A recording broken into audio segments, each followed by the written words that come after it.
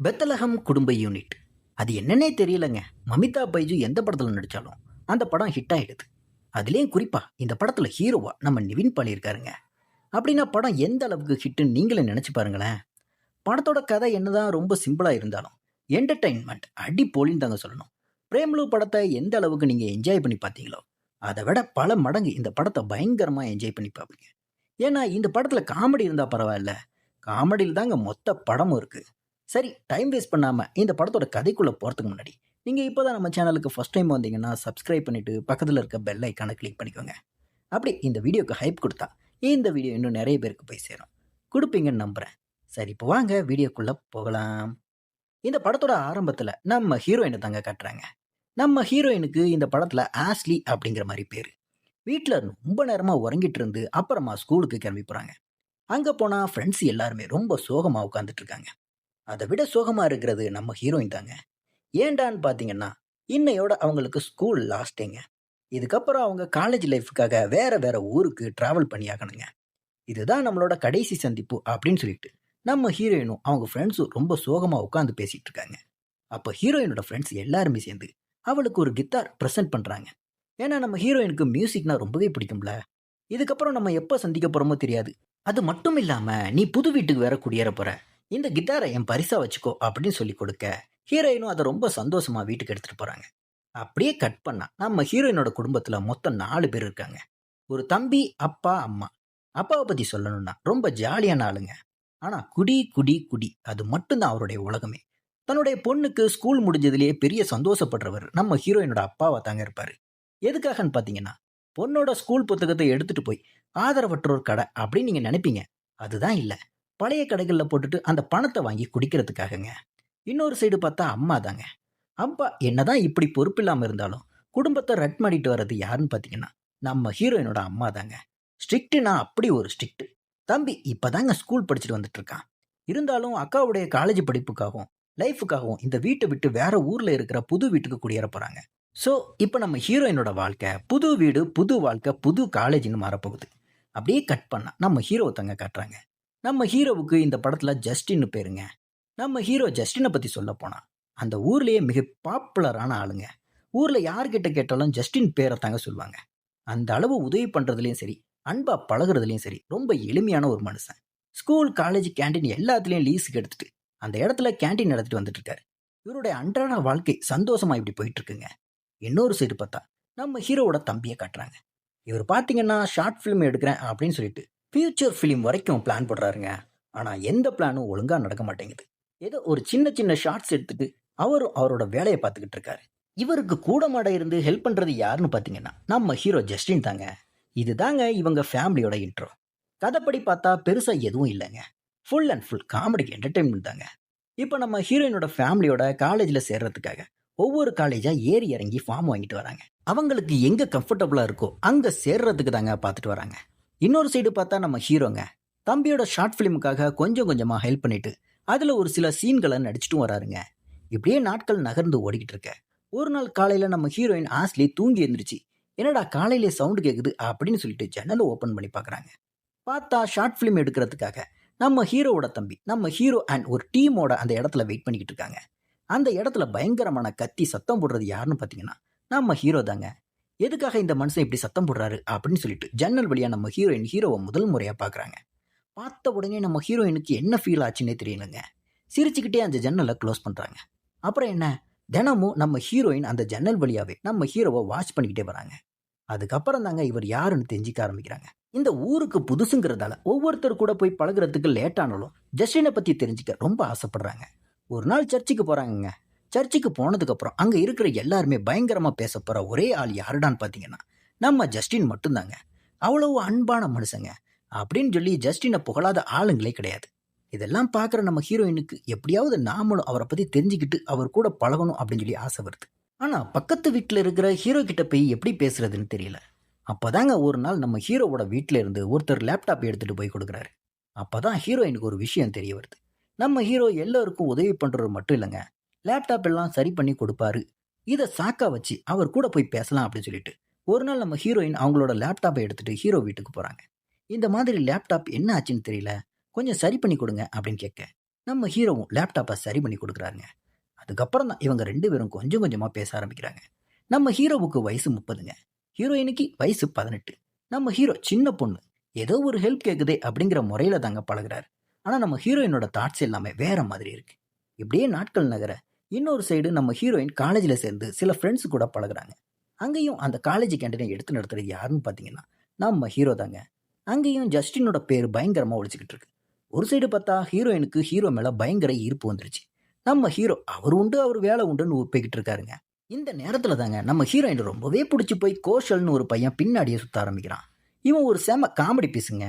நம்ம ஹீரோவையே கலாய்ச்சி தள்ளுற ஆள். இருந்தாலும் ஹீரோ சின்ன பையன் தானே அப்படின்னு சொல்லி விட்டுருவார்.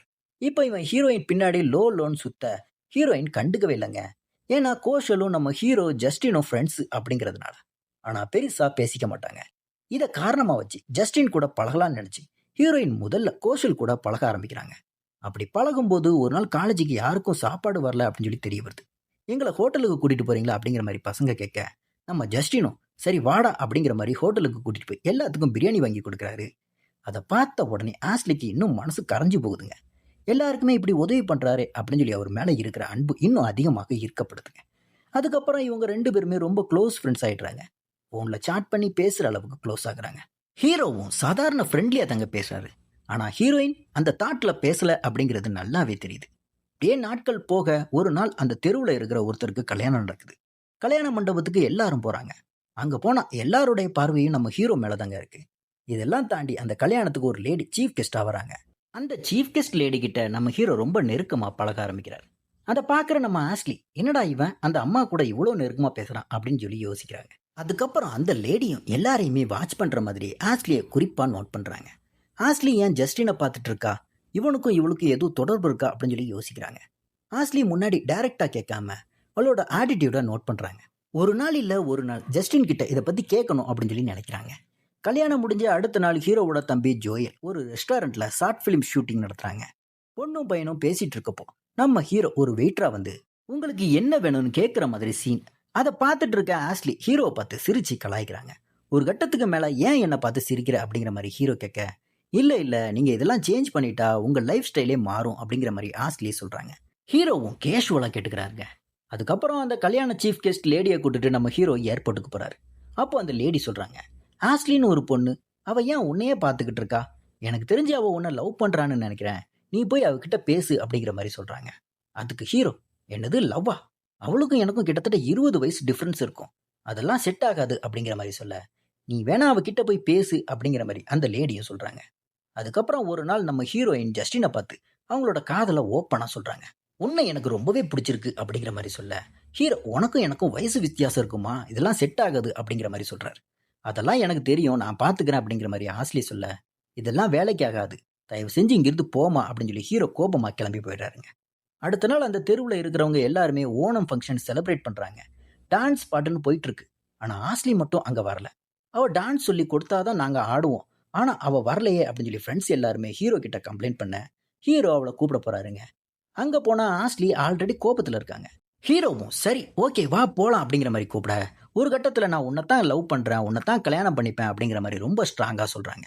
ஹீரோவுக்கு என்ன பண்ணுறதுனே தெரியலங்க. சரி முதல்ல இவளை டான்ஸ் கிளாஸில் கொண்டு போய் விடுவோம் அப்படிங்கிற மாதிரி கூட்டிகிட்டு போனா அங்கே சம்பவமே வேற மாதிரி மாறுது. நம்ம ஹீரோயின் நம்ம ஹீரோவை கெட்டியாக பிடிச்சி முத்தம் கொடுத்துட்றாங்க. அப்போதான் ஹீரோ உணர்றாரு, ஓஹோ காதலுக்கு வயசு தேவையில்லை போல அப்படின்னு. சரி அவளுக்கு பிடிச்சிருக்கு, ஆனால் அவங்க வீட்டில் ஒத்துப்பாங்களா, அதே நேரத்தில் நம்ம வீட்லேயும் பொண்ணு தேடி அழுத்து போச்சு, ஸோ பிடிச்சிருக்குன்னு சொல்கிறப்போ எதுக்கு தட்டணும் அப்படின்னு சொல்லி 2 பேரும் காதலை அக்செப்ட் பண்ணிக்கிட்டு வெளியே போய் சுத்த ஆரம்பிக்கிறாங்க. இப்படியே நாட்கள் போக ஷார்ட் ஃபிலிம் எடுக்கிற தம்பி ஜோயல் பல இடங்களில் பஞ்சாயத்து இழுத்து வச்சிருக்கிறாங்க. அதையெல்லாம் ஹீரோ தான் ஹேண்டில் பண்ணுறார். அதில் ஒரு பஞ்சாயத்து தான் முக்கியமான ஒரு வில்லங்க. ஷார்ட் ஃபிலிம் நடிக்கிற பொண்ணையே ஜோயல் லவ் பண்ணி வச்சிருக்கான். அது அந்த பொண்ணோட அண்ணனுக்கு தெரிய வர, நீ ஷார்ட் ஃபிலிம் எடுக்கக்கூடாது, ஊரில் இருக்கக்கூடாது, எடுத்த வீடியோ என் தங்கச்சி ஃபோட்டோ எல்லாத்தையுமே டெலீட் பண்ணு அப்படிங்கிற மாதிரி பஞ்சாயத்து பண்ணுறாங்க. இதுதான் என் ஃபியூச்சர், இதை ரிலீஸ் பண்ணால் தான் அடுத்த கட்டத்துக்கு போக முடியும் அப்படிங்கிற மாதிரி ஜோயல் கெஞ்ச, கடைசியில் நம்ம ஹீரோ தலையிட்டு கொஞ்சம் பணம் செட்டில்மெண்ட் பண்ணி பஞ்சாயத்தை முடிச்சு அனுப்பி வைக்கிறாருங்க. இன்னொரு சைடு தெருவில் இருக்கிறவங்க எல்லாருமே சேர்ந்து லேடிஸ் மட்டும் போகிற ட்ரிப்பு பிளான் பண்ணுறாங்க. ஆனால் நீங்கள் மட்டும் கூட வாங்க அப்படிங்கிற மாதிரி ஜஸ்டினை கூப்பிட ஹீரோயினோட ஃபேமிலி ஹீரோ எல்லாருமே டூர் போகிறாங்க. அங்கே ஃபேமிலி இருக்கிறதால 2 பேரும் க்ளோஸாக இருக்க முடியல. ஆனால் டூருக்கு வந்த ஹீரோயினோட மாமாவுக்கு மட்டும் சந்தேகம் வந்துடுதுங்க. இவங்க 2 பேருக்குள்ள ஏதோ கனெக்ட் இருக்கு, இதை நான் கண்டுபிடிக்கிறேன் அப்படிங்கிற மாதிரி வெறியாக்குறாரு. டூரில் எடுத்த எல்லா ஃபோட்டோவையும் ஜஸ்டின் தனியாக தாங்க ஒதுக்கியிருக்காரு. அது மட்டும் இல்லாமல் ஜஸ்டின் பயங்கரமாக குடிப்பாராங்க. ஆஸ்லி குடிக்காதீங்க அப்படிங்கிற மாதிரி சொன்னதால குடியை நிறுத்திட்டாருங்க. இதெல்லாம் பார்த்த மாமாவுக்கு சந்தேகம் தலைக்கிறது. அதனால ஜஸ்டின் கிட்ட கேட்க, எனக்கும் அவளுக்கும் எவ்வளோ வயசு வித்தியாசம் இருக்கு, நான் எப்படி அவளை லவ் பண்ணுவேன் அப்படிங்கிற மாதிரி ஜஸ்டின் சமாளிக்கிறாரு. ஆனா மாமா விடாம தேடி பிடிச்சி ஹீரோவும் ஹீரோயினும் ஒன்னா கார்ல இருக்கிற ஒரு போட்டோவை எடுத்துட்டு போய் ஹீரோயினோட அம்மா கிட்ட காட்டிடுறாருங்க. அவ்வளோதாங்க. அம்மா பயங்கர டென்ஷன் ஆகி, இவன் கூடவா லவ் பண்ற, உனக்கும் அவனுக்கும் எவ்வளோ வயசு வித்தியாசம் தெரியுமா அப்படிங்கிற மாதிரி சொல்லி ஹீரோயினை போட்டு அடிச்சு, உனக்கு படிப்பு வேணாம் ஒண்ணு வேணாம் அப்படிங்கிற மாதிரி ஊரை விட்டே கூட்டிட்டு போயிடுறாங்க. இதெல்லாம் பார்க்குற ஹீரோவுக்கு என்ன பண்ணுறதுனே தெரியல. ஏன்னா ஹீரோவுக்கு ஆல்ரெடி பாஸ்ட்ல ஒரு லைஃப் இருந்திருக்குங்க. அது முடிஞ்சு போனதால இனிமேல் லைஃப்ல யாரும் வேண்டாம் அப்படிங்கிற மாதிரி இருந்திருக்காரு. இப்போ இவங்களா தேடி வந்துட்டு இப்படி போயிட்டாங்களே அப்படின்னு சொல்லி வருத்தப்படுறாரு. அது மட்டும் இல்லாம ஹீரோயினோட அம்மா அவனை கல்யாணம் பண்ணிக்க கூடாது, பேசக்கூடாது அப்படின்னு சொல்லி பைபிள் மேல சத்தியம் வாங்கி அந்த வீடியோவை ஹீரோவுக்கே அனுப்பி வச்சிடறாருங்க. அதோட 2 பேருக்குள்ளேயும் கான்டாக்டும் கட் ஆயிடுதுங்க. இப்படியே வருஷங்கள் மாதங்கள் ஓடி போகுது. ஒரு சைடு பார்த்தா ஹீரோவோட தம்பி ஜோயில் தான் ஷார்ட் ஃபிலிம் எடுத்த அதே பொண்ணையை கல்யாணம் பண்ணிக்கிறான். அந்த கல்யாணத்துக்காக ரொம்ப வருஷம் கழிச்சு நம்ம ஹீரோயின் மட்டும் மீண்டும் ஊருக்கு வராங்க. ரொம்ப வருஷம் கழிச்சு வந்ததால ஜஸ்டின் மேல இருக்கிற அன்பும் காதலும் ஹீரோயினுக்கு கொஞ்சம் கூட மாறவே இல்லைங்க. ஹீரோ எவ்வளவோ அவாய்ட் பண்றாரு. ஆனா ஃப்ரெண்ட்ஸ் எல்லாருமே சேர்ந்து இவங்க 2 பேரும் பேசுறதுக்கான ஏற்பாடுகளை செய்ய, எல்லாருமே சேர்ந்து பேசுற இடத்துல ஹீரோயின் பயங்கர எமோஷனல் ஆயிடுறாங்க. இப்போ கூட நீங்க கொஞ்சம் கூட மாறாம அப்படியே இருக்கீங்க பாத்தீங்களா, இப்படி இருந்தா எந்த பொண்ணுக்கு தான் உங்களை பிடிக்காது, அதான் நானும் காதலிச்சேன் அப்படிங்கிற மாதிரி அழுறாங்க. சரி உங்க அம்மாவை விடு, உனக்கு என்ன தோணுது அப்படிங்கிற மாதிரி கேட்க, நான் கல்யாணம் பண்ணா உங்களை மட்டும்தான் பண்ணிப்பேன் அப்படிங்கிற மாதிரி ஆஸ்லி ரொம்ப ஸ்ட்ராங்கா சொல்றாங்க. இதை கேட்டதுமே ஹீரோ தைரியத்தை வர வச்சு நேரா ஹீரோனோட அம்மா கிட்ட போய் பேசுறாரு.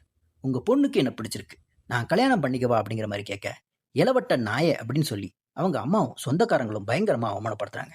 ஆனா அதையெல்லாம் தாண்டி நம்ம ஹீரோயின், நான் இவரைத்தான் கல்யாணம் பண்ணிப்பேன், இதுக்கப்புறம் எனக்கு இந்த குடும்பமும் வேணாம் யாரும் வேணாம் அப்படிங்கிற மாதிரி சொல்லி ஹீரோவோட கையை பிடிச்சு கூட்டிட்டு கிளம்பி போயிடுறாங்க. இதை பார்க்குற ஹீரோயினோட அப்பாவும், விடு அவளுக்கு பிடிச்ச வாழ்க்கையை அவ தேர்ந்தெடுக்கட்டும், சின்ன வயசுல இருந்து அவளுக்காக நீ என்னடி பண்ணியிருக்க, இது ஒன்று தானே அவ கேட்டிருக்கா, அவளுக்காக இதை பண்ண முடியாதா அப்படிங்கிற மாதிரி சப்போர்ட் பண்ணி பேச அம்மாவும் லைட்டா சமாதானம் ஆயிடுறாங்க. இந்த சைடு நம்ம ஹீரோவும் ஹீரோயினும் ஒரு புது வாழ்க்கையை ஸ்டார்ட் பண்ண கிளம்பி போயிடுறாங்க. அதோட இந்த படத்தை இங்க முடிக்கிறாங்க. இந்த கதைப்படி பார்த்தா பெருசா எதுவும் இல்லைங்க. ஃபன் அண்ட் என்டர்டைன்மெண்ட் மட்டும்தான் இந்த படத்தை அடுத்த லெவலுக்கு கொண்டு போகுதுங்க. சரி, இந்த பெத்தல்ஹெல்ம் குடும்ப யூனிட் படத்தோட முழு கதை விளக்கத்தை நான் சொன்ன விதம் உங்களுக்கு பிடிச்சிருந்துச்சுன்னா இந்த வீடியோக்கு லைக் பண்ணுங்க, ஷேர் பண்ணுங்க, கமெண்ட் பண்ணுங்க. அப்படியே நம்ம சேனலை சப்ஸ்கிரைப் பண்ணிட்டு பக்கத்தில் இருக்க பெல் ஐக்கானை கிளிக் பண்ணிக்கோங்க. அடுத்த ஒரு சூப்பரான வீடியோவில் உங்களை சந்திக்கிறேன். அதுவரை டாடா, பை பை.